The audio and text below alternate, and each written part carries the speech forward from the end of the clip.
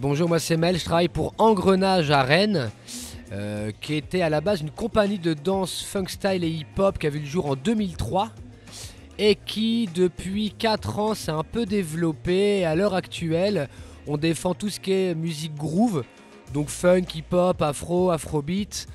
Et à côté de ça, on fait aussi de l'art de la rue avec des fanfares, on a donc de la danse, de la musique, tout axé sur la culture groove, une grosse consonance funk et des petits concepts satellites par exemple avec de la costumerie funk. On fait aussi beaucoup d'ateliers pédagogiques, de résidences mission.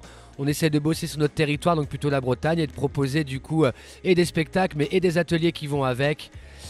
Voilà, on parle nous de générateur de projets artistiques puisqu'on n'aime pas trop le nom boîte de production, et vu qu'avant c'était une compagnie de danse. Voilà, Engrenage, générateur de projets artistiques basé à Rennes.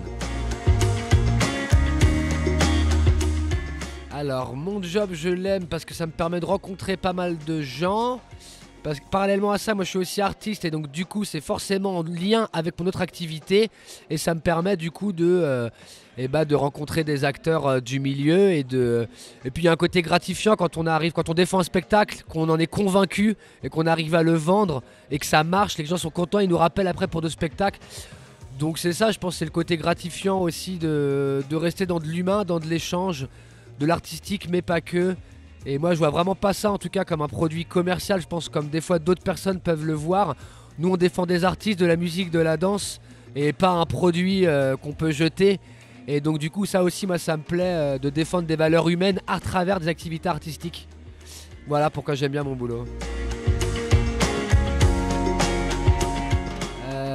Alors en l'occurrence, comme je disais, je suis musicien, je suis artiste, donc du coup à un moment donné, j'applique l'adage qui dit qu'on n'est jamais mieux servi que par soi-même, et que donc aimant créer en règle générale des spectacles, un peu en plus concept des fois, en mélangeant des choses, et pour moi c'était primordial de pouvoir le défendre, donc de savoir le vendre, d'aller chercher aussi des subventions pour pouvoir avoir des budgets un peu plus conséquents pour pouvoir monter des projets dans des meilleures conditions.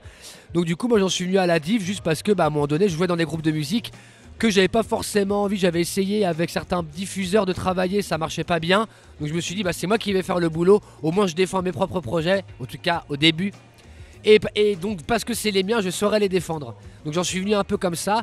Et puis après moi quand je rencontre des gens qui sont sympas avec des projets qui me plaisent, j'ai envie de les aider à ce niveau-là. Donc voilà, moi j'y suis venu un peu naturellement, on va dire, de par mon activité artistique de base.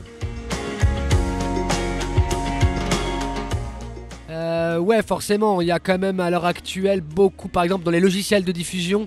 Avant, je pense que chacun avait son petit document qu'il faisait lui-même, un format Excel en rentrant des numéros, des mails et tout ça. Maintenant, il y a des logiciels de diff, des logiciels professionnels. Nous, par exemple, chez Engrenage, on travaille avec Orfeo qui a été développé à Rennes.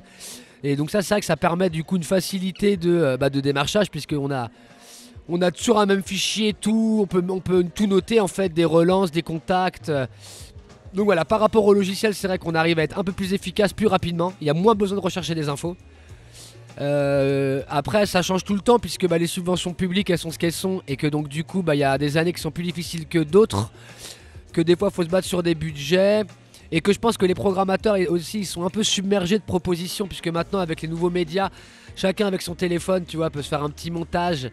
Et finalement, avoir des éléments de communication de qualité. Ce qui noie un peu le poisson chez les programmateurs. Et je trouve que là en ce moment ils répondent pas assez, ils répondaient plus avant. Là je pense qu'ils ont trop de propositions. Et donc j'ai l'impression que plus ça va, plus les gens sont submergés de propositions. Plus et en plus des fois des belles choses, après pas que. Mais ouais, ça je pense que j'ai l'impression qu'ils répondent moins du coup. Que c'est un peu plus compliqué du coup d'avoir entre guillemets des contacts privilégiés avec certains interlocuteurs. Parce que la mer est vaste, il y a plein de poissons dedans quoi. J'ai envie de dire, nous à chaque fois on nous demande des rappels, donc à peu près tous les spectacles de la compagnie. Voilà, on peut parler par exemple de la dernière tournée au Mali du House Band, où du coup là on était bissés chaque soir, et le bis en Afrique c'est pas une autre, sauf que justement c'est bissé, bissé, bissé.